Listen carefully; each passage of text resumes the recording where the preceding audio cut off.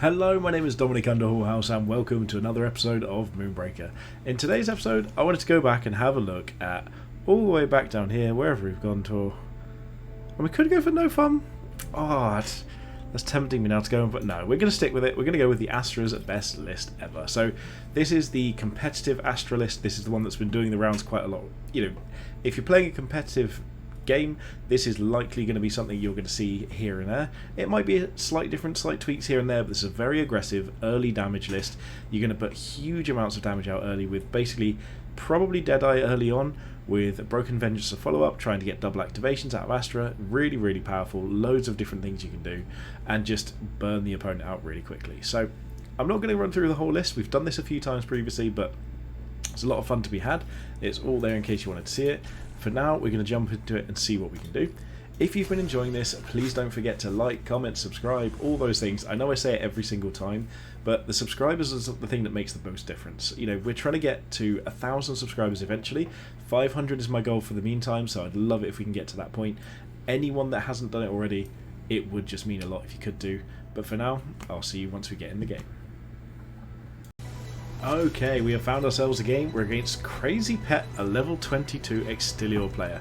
And we've probably got a lot of damage to do. They're going to have to walk hopefully a long way to get towards us, and we've got a lot of range damage to start off with. So let's see if we can put as much of that down as possible on their walk towards us and try and just end this game fairly quickly. It's a smaller map. That's not what we wanted to see first of all, but we can cope. Now the question is, do we want to be going first or second? I think looking at the deployment, I wouldn't even mind going second on this because we get more units out early on. There we go. And they probably have to at least expose themselves slightly early on. I mean, they could go this direction. If they go here, they're going to be fairly safe, but we might be able to get something out.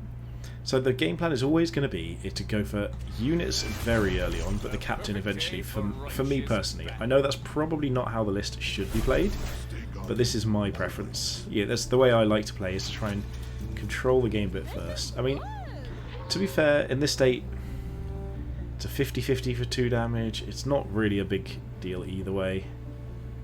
Let's just go for the captain. Let's see what playing aggressively does for us. And we're obviously going to put both Maximus and Deadeye down over here. We're going to try and play as securely as possible. So we'll pop Maximus down this side. And we're just going to pop Cinder just down back here, try and keep it also as safe as possible.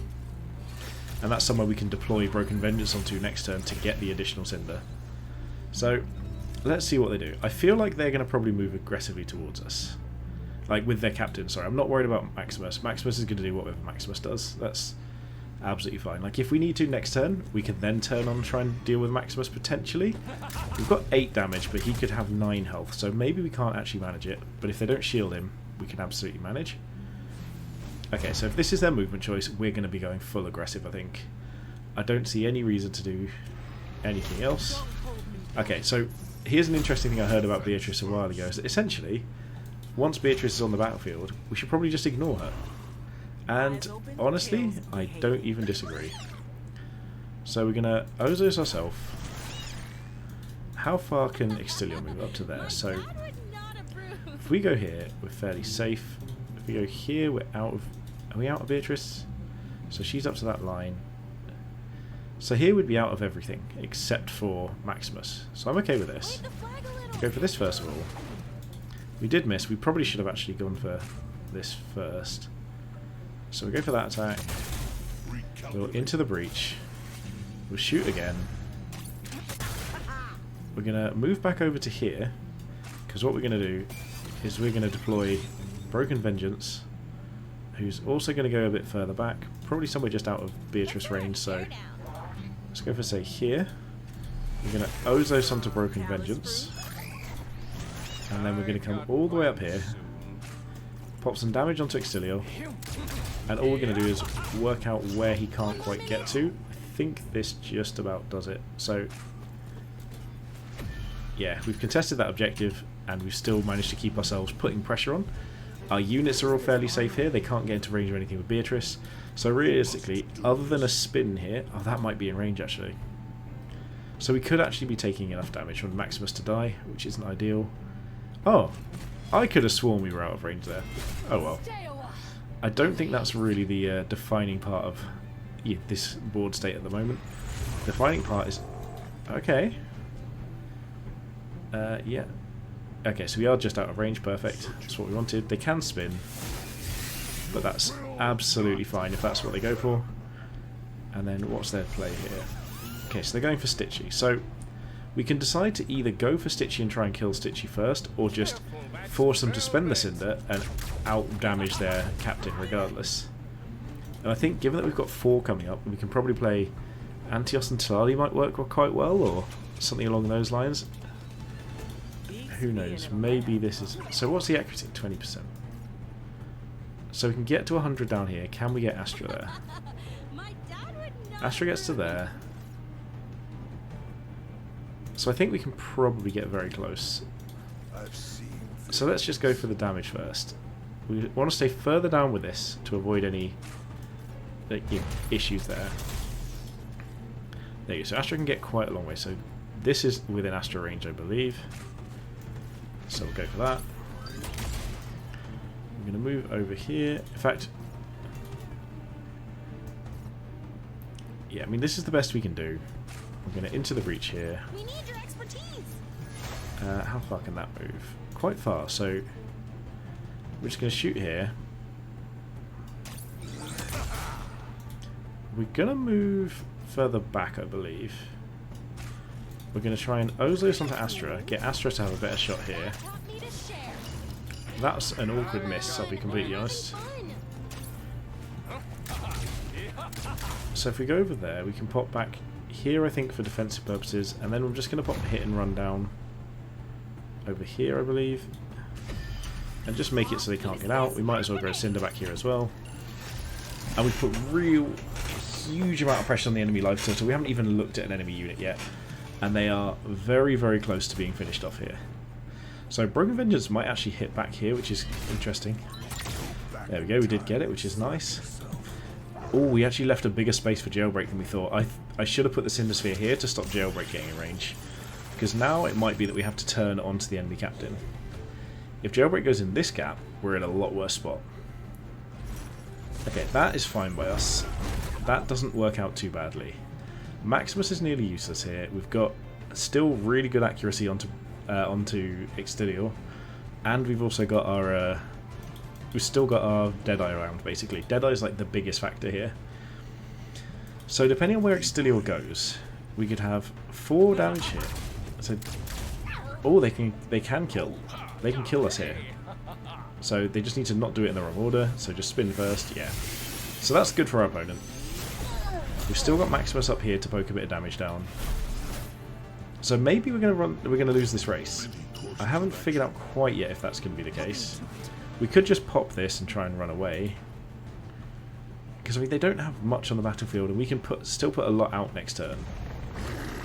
They've got a Tipu. I mean, do we care about Tipu, or do we just want to push damage through? With 5, okay, 1, 2, we're nearly at somewhere useful. So I think maybe we just want to push out even more damage here. So let's just take this shot first. We want to Ozos onto Broken Vengeance. See if we can get a good shot here. 70? I'll take 70. We missed, but that's fine. We're pushing for what we can get. We're going to bring this down here. Take a bit more damage out. Deadeye can just take this shot here. And then what do we want to do? I think we're just going to move this way, ignore everything, and just go for some real damage. It could even just be Taria and... Taria Aria could work. Or even Rickety Backfire. Let's go with... No, let's go Antios Talali. So let's pop Slide down over there. Antios up here. And we're going to try and block them off a bit with the Cinder Sphere. I guess we just move Broken Vengeance a bit this way. Keep a bit of a diversity of threats around. And again, they're forced to spend Cinder every turn on healing, but they are going to have a lot more resources. So this doesn't look like we can get in range here, but what we can do is we can basically move Astra, move again, and go for it that way. And if we do get to steal the Cindersphere, even better. Obviously, that's good that we don't. Okay, they've locked Astra in place. That's a good plan from them. Are they going to get any value out of that, or are we just going to have to start killing things? If Stitchy's coming over here, that's quite interesting.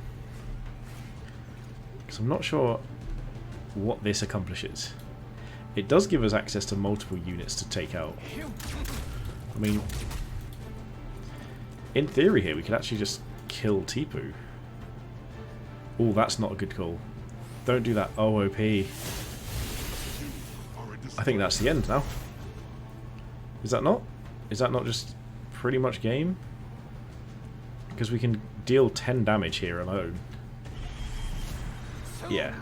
But if they've got no more deployment here, or nothing else to block things off, we're just going to end the game. So, I think that was really well played by opponent, actually. And this is a good little chain to finish this off. They've only got one Shield of Hope, so yeah, we've pretty much got this game in the bag if they don't have anything else to play. I think they've already healed, haven't they? Oh, Stitchy hasn't healed. Was it? Oh no, that was an attack from Stitchy. Oh no, we've only got 4 Cinder now. Ooh, okay, OP's clever. This is good. So we're going to Inner Energy. Oh, OP might actually have a shot here, so... yeah, either way this is fine, so we're just going to come in here and smack for a bunch. So this does actually, a lot of it come down to Maximus getting a good angle, so let's go with this. We could still get this if we just get both of these hits. Perfect, we'll hide back here, bring Tali in, and get the finish. There we go. That was really close. Our opponent actually did a really good job of trying to close that out. So in that game, we literally ignored all of their crew the entire time, and we just pushed damage through, and it really did pay off. There were probably a few turns where we could have just taken a bit slower, taken out crew when we had the ability to do so, and just get that incremental advantage going and sort of drawn the game out. But honestly, this worked absolutely fine. I don't think this is the optimal way of playing it, but I picked a game plan and I went for it. Ignoring the Stitchy was probably a very bad idea, because it actually gained them 12 health instead of us just dealing 8, but I kind of just wanted to see what could happen, and really well played, by the way, by Crazy Pet. So, enjoyed that game very much. Hopefully you guys did too. Hey, free sparks. If you did enjoy it, please don't forget to like, comment, and most importantly is subscribe. More subscribers, the happier I am. But for now, thank you so much for watching, and most importantly, have a good day.